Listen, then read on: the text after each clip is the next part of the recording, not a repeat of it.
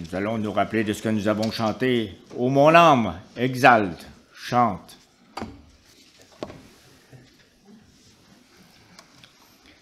Et ces paroles que nous avons chantées ont probablement une certaine source dans le psaume 103 que nous allons lire. L'Esprit Saint nous les a fait chanter, mais l'Esprit Saint les avait déjà donnés au roi David ou à son équipe.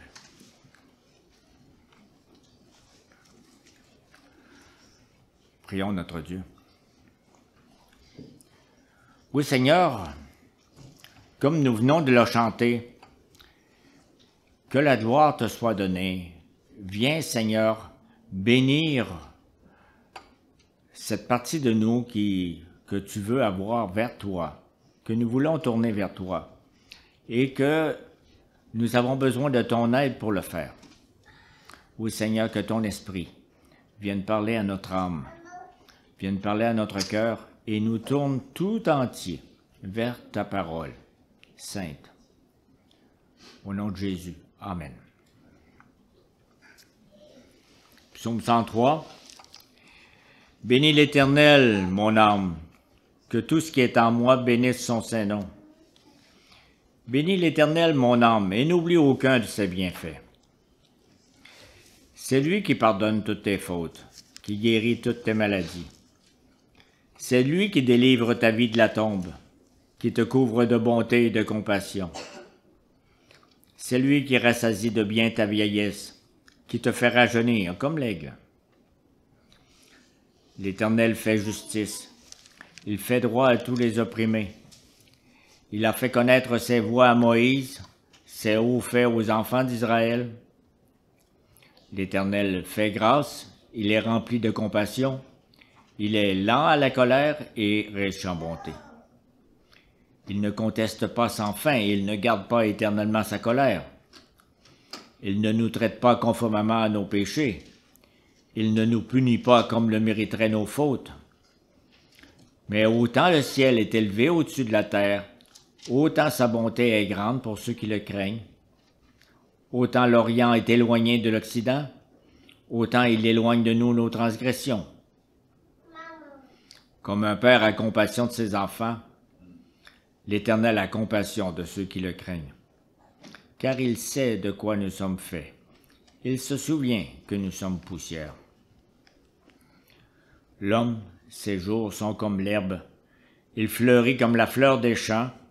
Lorsqu'un vent souffle sur elle, elle disparaît, et la place qu'elle occupait ne la reconnaît plus. Mais la bonté de l'Éternel dure d'éternité en éternité pour ceux qui le craignent. Et sa justice demeure pour les enfants de leurs enfants, pour ceux qui gardent son alliance et se souviennent de ses commandements pour les mettre en pratique. L'Éternel a établi son trône dans le ciel et son règne domine tout l'univers. Bénissez l'Éternel, vous ses anges, qui êtes puissants et forts et qui exécutez ses ordres en obéissant à sa parole. Bénissez l'Éternel, toutes ses armées, vous qui êtes ses serviteurs et qui faites sa volonté. Bénissez l'Éternel, vous toutes ses œuvres, dans tous les lieux où il domine. Bénis l'Éternel, mon âme.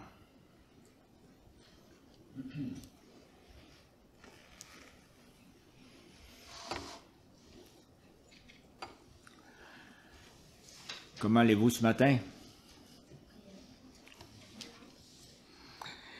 Certains amis que je rencontre, ils ont toujours le sourire. J'ai déjà sur leur visage leur réponse. Leur réponse se lit. Ça va bien, ça va très bien. Les oiseaux chantent à chaque jour, je reçois des bonnes nouvelles, même quand il pleut. D'autres ont la tête pesante. On dirait que seulement lever la tête, c'est un fardeau. J'ai peur que cette journée soit encore pire qu'hier. On me crie après au travail, à la maison, il n'y a pas de place pour être tranquille. Quand ça va s'arrêter? Et vous, qu'est-ce que vous voyez? Quand vous fermez les yeux, est-ce que vous voyez la lumière? Ou bien est-ce que vous voyez du noir quand vous fermez les yeux? Dans ce psaume 103 ici, le roi David, il n'est pas pessimiste, il n'est pas optimiste non plus. Le roi David se force pour regarder à Dieu. Il éduque son intelligence pour regarder la vie avec les lunettes que Dieu fournit. Dans ce psaume qui est si riche en enseignements, nous allons porter notre attention sur les 5 premiers versets et sur les 4 derniers versets. Les versets qui demandent aux anges de s'unir à notre louange pour le Seigneur. D'abord, pour que notre cœur soit reconnaissant, il faut un peu lui parler, le stimuler. C'est ce que David fait dans les 2 premiers versets. Il se parle à lui-même. Il dit « Bénis l'Éternel, mon âme ». À 2 reprises, avec insistance. C'est un impératif. On dirait qu'il parle à quelqu'un qui est en dedans de lui. C'est un ordre. Parce que le psalmiste, il connaît bien la profondeur de son être. Il se connaît bien.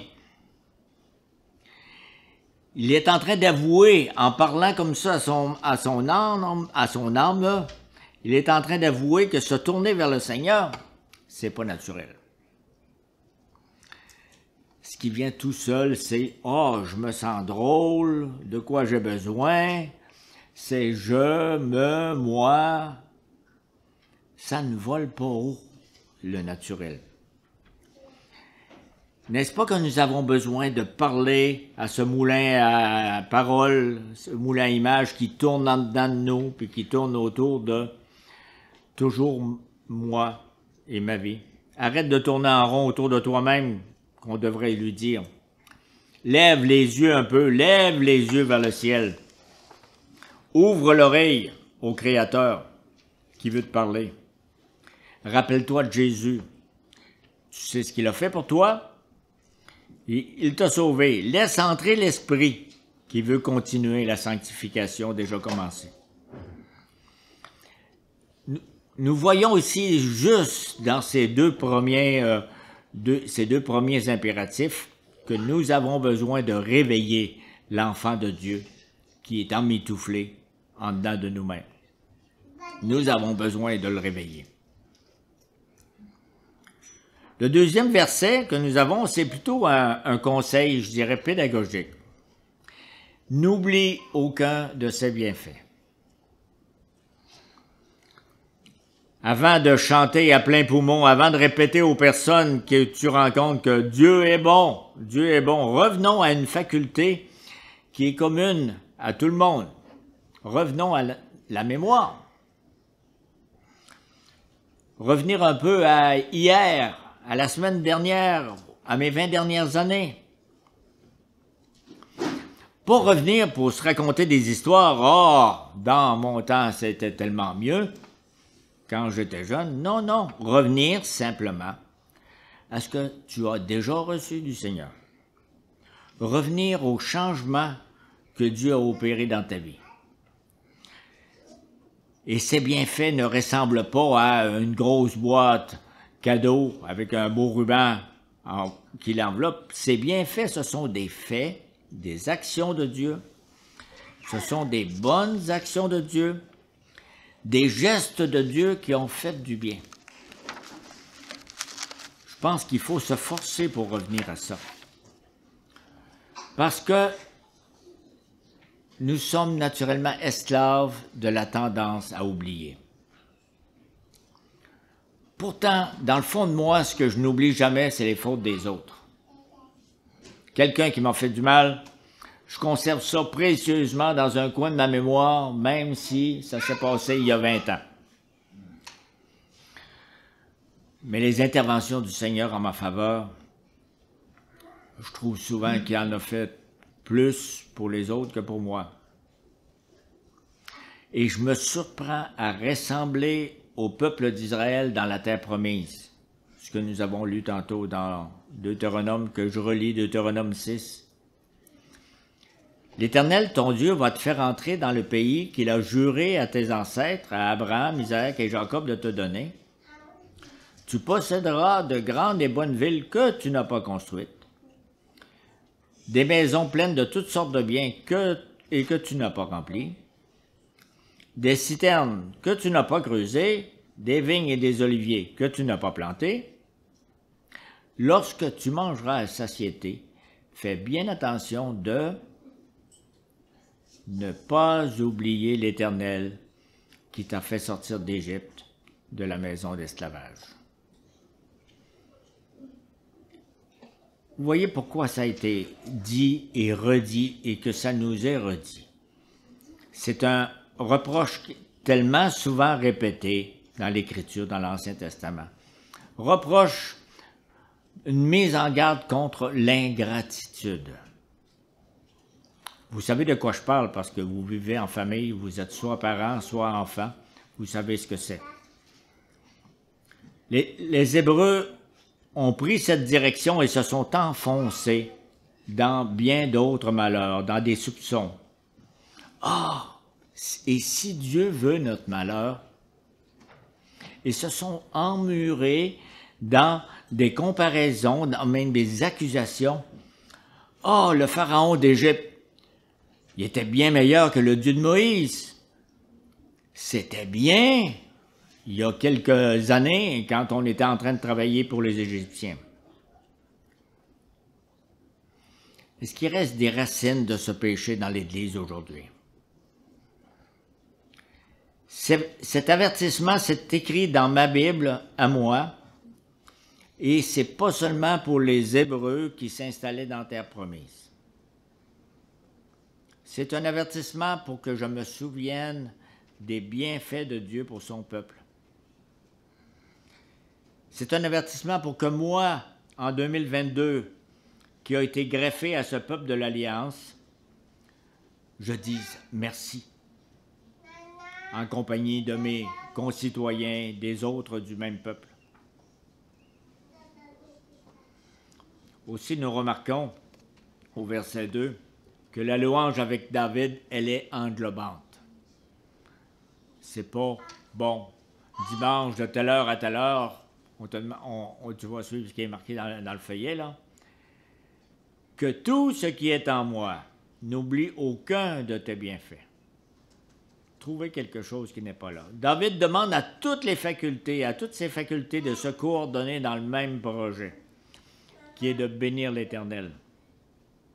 Que notre mémoire, que notre intelligence, que nos émotions, que notre volonté, que nos relations, que nos amis Facebook s'impliquent dans un même culte d'adoration.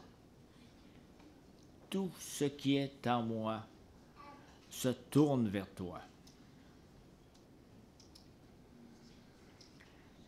Et quand nous continuons avec un peu plus de détails dans les versets suivants, 3, 4, 5, nous lisons des raisons de célébrer, des raisons de remercier.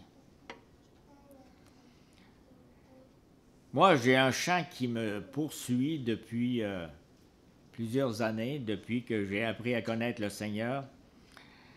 C'est un chant qui me revient souvent et j'aime beaucoup les paroles de ce chant-là. Probablement quelques-uns le connaissent, je pense qu'il n'est pas dans notre recueil, mais « Compte les bienfaits de Dieu, mets-les tous devant tes yeux. Tu verras en adorant combien le nombre en est grand. » Compte les bienfaits de Dieu. Je pense qu'on a besoin de vivre vieux pour tous les compter, n'est-ce pas? Il me semble que c'est ce psaume-là qu'on chante avec ce chant-là.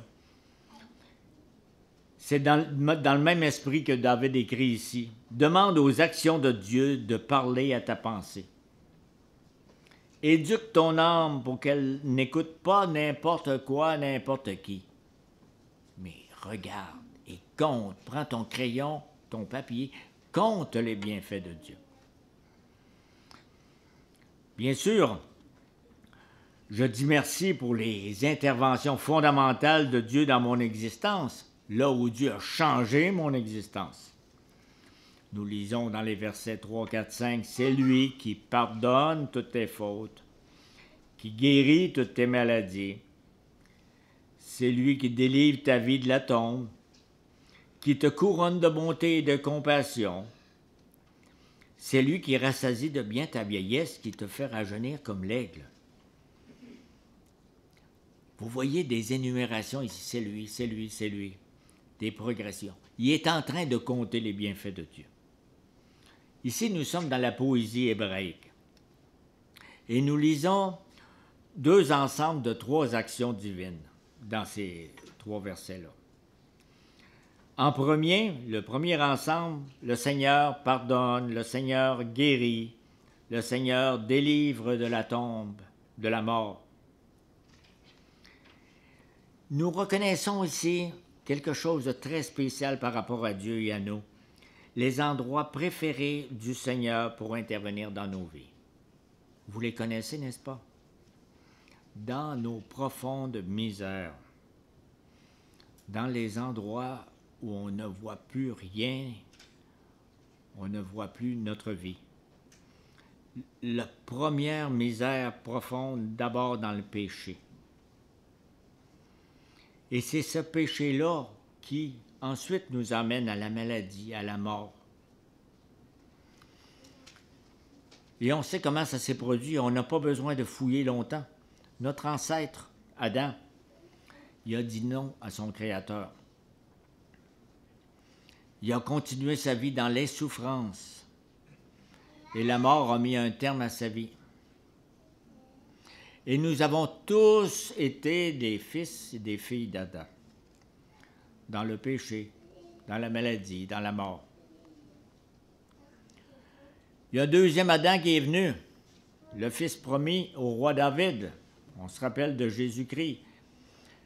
Sa mort nous a mérité le pardon, si nous croyons en lui. Dans sa seconde venue, il va nous donner sa vie éternelle, avec la guérison de toutes nos maladies. Voilà une première énumération, une première raison de dire merci, et peut-être plus qu'un merci. Parce que David ici, il est en train d'écrire en espérance. Il prie avec ce que le Seigneur a déjà fait pour lui, en présence des bienfaits de Dieu au moment de son chant. Et il prie aussi avec la conviction que dans la promesse d'un fils sur le trône de roi, la mort sera vaincue. Et ça, c'est un encouragement pour nous, n'est-ce pas? C'est un modèle pour notre reconnaissance. Pourquoi j'aurais à dire merci? David il est en train de regarder le passé, son présent et les promesses du Seigneur pour le futur. Que les promesses données dans l'Ancien Testament se réalisent dans l'Apocalypse, au retour du Seigneur, on est certain de vivre cela. Et c'est une bonne raison de plus pour dire maintenant, dans le présent, merci Seigneur. C'est vrai, ça va se faire. Et donc, ça vaut la peine de prendre une feuille de papier et un crayon, puis commencer à écrire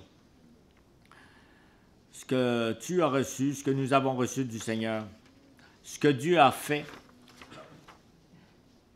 ce que Dieu a fait de toi, ce qu'il a changé dans ta vie. Et c'est un bon exercice, crayon, papier, pour nous conduire à la prière. Quoi écrire dans cette liste-là? C'est comme si on était rendu à l'école, n'est-ce pas? Quoi écrire dans cette liste-là? Moi, j'en connais, moi qui lise leur Bible avec un crayon et un papier. Bien entendu, il y a les gros blocs qu'on peut écrire. Les piliers sur lesquels, qui soutiennent la vie que je vis maintenant. Quand le Seigneur m'a fait voir son salut en Jésus. Quand j'ai croisé des personnes significatives dans ma vie. Un ami très fidèle, un conjoint, une conjointe, un enfant qui m'a parlé vraiment particulièrement. Les gros blocs qui soutiennent ma vie. Quand on m'a fait confiance pour un travail pour lequel je me donne depuis des années. il y a aussi d'autres grands moments là-dedans qui peuvent être plus difficiles à écrire. Des épisodes de découragement, des épisodes d'anxiété, des périodes plus noires où j'ai appris tellement que le Seigneur était présent là-dedans. J'en suis sorti de cela. Et ces périodes-là m'ont appris tellement sur moi-même et sur Dieu. Et cette feuille-là n'est pas ici pour rien ce matin. Elle est ici en préparation pour notre moment de prière tantôt. Ça fait que je vous laisse un moment. J'ai des crayons que je vais vous passer, que vous pouvez commencer à réfléchir et à écrire des raisons de dire merci. Et tantôt, ensemble, on pourra avoir des prières pas mal plus concrètes et personnelles en 2 mots. Merci Seigneur pour. Merci. Le roi David nous rappelle des choses très importantes. Pardonnez de mes fautes. J'ai une vie éternelle après la mort. Comme nous l'avons entendu de David, il y a des choses fondamentales qui tiennent toute notre vie, dont on va se souvenir toute notre vie. J'ai été protégé d'un accident miraculeusement. J'ai été guéri miraculeusement. Mais il y a aussi plein de petites choses qui agrémentent notre vie à chaque jour. Et c'est Dieu qui vient placer ces événements-là dans ma vie. J'ai un petit exemple dans mon travail avec la Société biblique, en tout cas juste pour vous donner une petite idée. Sur le calendrier liturgique annuel, l'Église catholique a inscrit un dimanche de la parole de Dieu. C'est à la fin de janvier. Ils font ça officiellement depuis 3 ans.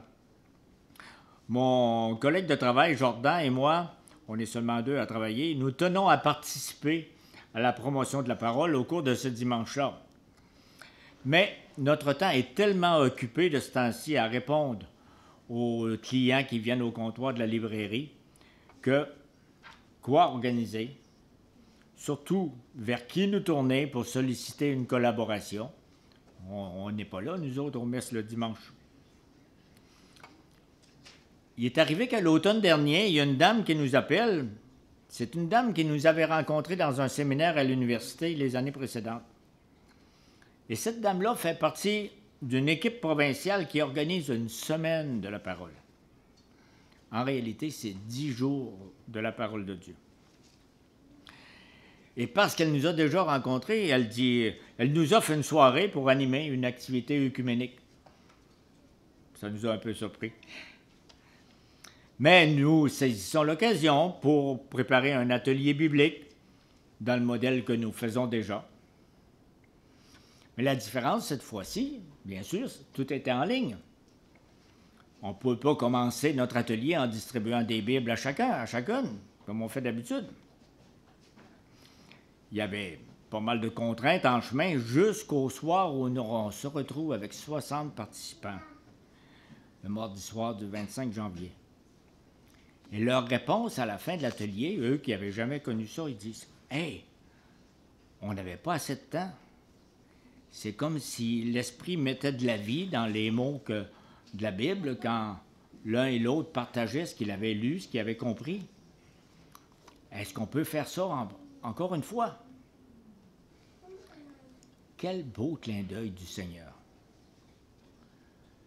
Et ça fait partie des petites choses que j'ajoute à ma liste des bienfaits de Dieu. Juste pour vous donner une idée, je ne veux pas écrire votre liste, juste pour vous donner une idée que le Seigneur, il fait des choses importantes qui changent notre vie. Mais il est à chacun de nos pas. Il envoie sa lumière au bout de nos bottes, de nos souliers. Vous en avez sûrement dans votre vie des événements qu'on appelle qui ont une saveur divine. Et on lit au verset 4 et 5, « C'est lui qui te couronne de bonté et de compassion. C'est lui qui rassasie de bien ta vieillesse, qui te fait rajeunir comme l'aigle. » Un deuxième ensemble de 3 actions divines. Probablement que David a écrit ça, qu'il n'était pas jeune, là. Il se voyait faiblir, il partait plus au-devant de son armée avec le bouclier et l'épée. ce sont des interventions de Dieu que nous ne méritons pas du tout. Le Seigneur vient nous recouvrir de sa bonté, de sa compassion. David, comme il nous l'a dit, il a connu le péché. Il a connu le pardon du Seigneur. Et ici, il parle de sa vieillesse. Il prend l'exemple probablement de ce qu'il voyait autour de lui qu'on voit moins. Il prend l'exemple de l'aigle. De l'aigle qui perd ses vieilles plumes, remplacées par des nouvelles plumes toutes en couleur. Et pour lui, en voyant cet oiseau-là, il revoit la compassion du Seigneur dans ses vieux jours. Avez-vous déjà rencontré un croyant, un peu comme David à la fin de sa vie? En même temps que son être extérieur se détruit, on le voit de plus en plus magané, on entend et on sent une personne de plus en plus forte à l'intérieur. C'est ce que nous avons lu tantôt et que l'apôtre Paul signale aux Corinthiens comme espérance. 2 Corinthiens chapitre 4 qu'on a lu tantôt. Il leur dit au verset 16, « Voilà pourquoi nous ne perdons pas courage. Et même si notre être extérieur se détruit, notre être intérieur se renouvelle de jour en jour. » Au verset 18, il dit, « Ainsi nous regardons non pas à ce qui est visible, mais à ce qui est invisible. Car les réalités visibles sont passagères, et les invisibles sont éternelles. » Que pensez-vous de cette bonté du Seigneur? De vivre une nouvelle jeunesse durant notre vieillesse, durant notre faiblesse. Que pensez-vous d'être restauré en dedans quand le dehors tombe en lambeaux? Quand on a de la misère à nous lever et à marcher? C'est ce que David a vécu. Et c'est une promesse pour nous, croyants. Merci Seigneur pour ta fidèle attention à l'endroit de notre pauvre existence. Et je termine dans cette troisième partie avec « Qui veut dire merci avec moi? » David, il termine son psaume en appelant plusieurs autres à se joindre à sa louange, au verset 19. « Bénissez l'Éternel, vous ses anges, qui est être puissant et fort et qui exécutez ses ordres en obéissant à sa parole. » Nous voyons où David est rendu là. Au moment où il vit sa faiblesse, sa vieillesse, Dieu lui fait voir de nombreuses et puissantes créatures, les anges. On ne les a pas vus souvent. Vous voyez que ça ressemble un peu à la vision d'Ésaïe au chapitre 6 de son livre. Les anges existent, sont de puissantes créatures, créées par un Créateur tout-puissant. Mais pourquoi aller chercher des anges pour conclure ce beau psaume de louange? Il n'y avait pas assez de monde dans la cour de David? Surtout, pourquoi encourager les anges à bénir le Seigneur? Il me semble qu'ils le font déjà. Oui, premièrement, il faut dire que les anges sont bien là, ils existent. Dans nos Bibles, on les rencontre à plusieurs reprises. Ils chantent les louanges de Dieu d'habitude, mais plus que ça, ils travaillent pour le Seigneur. Ils viennent annoncer un enfant à Abraham et Sarah. Ils s'approchent de Jésus pour le supporter la veille de sa mort à Gethsémani. Mais la différence avec nous, c'est que les anges ne connaissent pas. Ils ne connaissent pas le généreux pardon de Dieu. Ils n'ont jamais reçu cette grâce parce qu'ils ne connaissent pas le péché. Qu'est-ce que ça leur fait de rencontrer des pécheurs pardonnés? Devinez. Ça doit être toute une surprise pour eux. Des pécheurs condamnés et là maintenant avec Jésus, pardonnés. Une raison de plus pour louer leur Créateur, le Seigneur. Que ce Créateur soit aussi un rédempteur pour nous autres. Excellente nouvelle pour les anges. Que les armées célestes s'unissent à notre chant de reconnaissance ce matin. Que leur grand nombre stimule notre louange. Bénis l'Éternel, mon âme. On peut parler à notre âme et aux anges. Amen.